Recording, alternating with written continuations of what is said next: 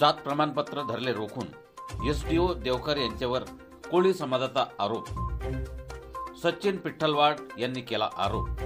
वाशिम जिल्ह्यातील जिल्हाधिकारी कार्यालयावर राज्यस्तरीय महाआंदोलन समिती महाराष्ट्र राज्य यांच्या वतीने दिनांक 23 जानेवारी 2024 पासून वाशिम जिल्हाधिकारी कार्यालयासमोर बेमुदत अन्नत्याग आंदोलन सुरू केले आहे। 23 जानेवारी 2024 पासून उपोषणात बसले असून आज 7वा दिवस उपोषणाचा आहे।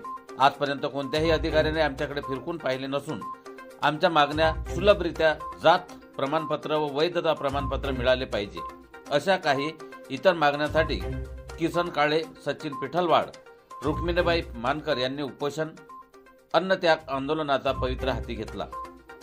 बघूया या आंदोलनाला उपोषणाकरता सचिन पिठ्ठलवाड यांचे काय मत आहे ते।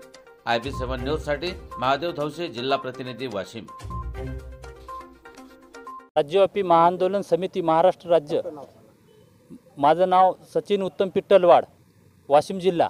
राज्यव्यापी महाआंदोलन समिती महाराष्ट्र राज्य आम्ही यांच्यातर्फे कलेक्टर ऑफिसला निवेदन दिलं होतं आदिवासी कोळी जमातीचं मागण्यासाठी आणि आम्ही 23 जानेवारी 2024 पासून उपोषणाला बसलेले आहोत। आज 7वा दिवस झालेला आहे। आमच्या मागण्यातली एकही मागणी पूर्ण झाली नाही आणि आमच्या मूळ मागण्या ह्या आहेत की आमचे सुलभरित्या जात प्रमाणपत्र व वैधता प्रमाणपत्र मिळाले पाहिजेत आणि त्यासाठी ज्या किचकट अडचणी येतात, याच्या आधी जे 2 SDO साहेब होते, 2-3 सगळे, तर त्यांनी जात प्रमाणपत्र आम्हाला सुलभरित्या मिळत होते। या देवकर मॅडम आल्या तेव्हापासून आमचे सर्व जात प्रमाणपत्र रोखून धरले। आमच्या त्रुट्या काळ्या किचकट पुरावे मागून ते प्रमाणपत्र वारंवार वापस पाठवत असतात आणि आमची शासनाला ही मागणी आहे। आतापर्यंत आमच्या जमातीसाठी जे 2-3 समित्या नेमल्या होत्या, MG गायकवाड समिती, दाजीबा पाटील समिती, सुरेश दस समिती, तर यांचे अहवाल लवकरात लवकर लागू करावे आणि राष्ट्रपतीने बनवलेली 1976ची सूची आहे ती जशीच्या तशी लागू करावी आणि आमच्या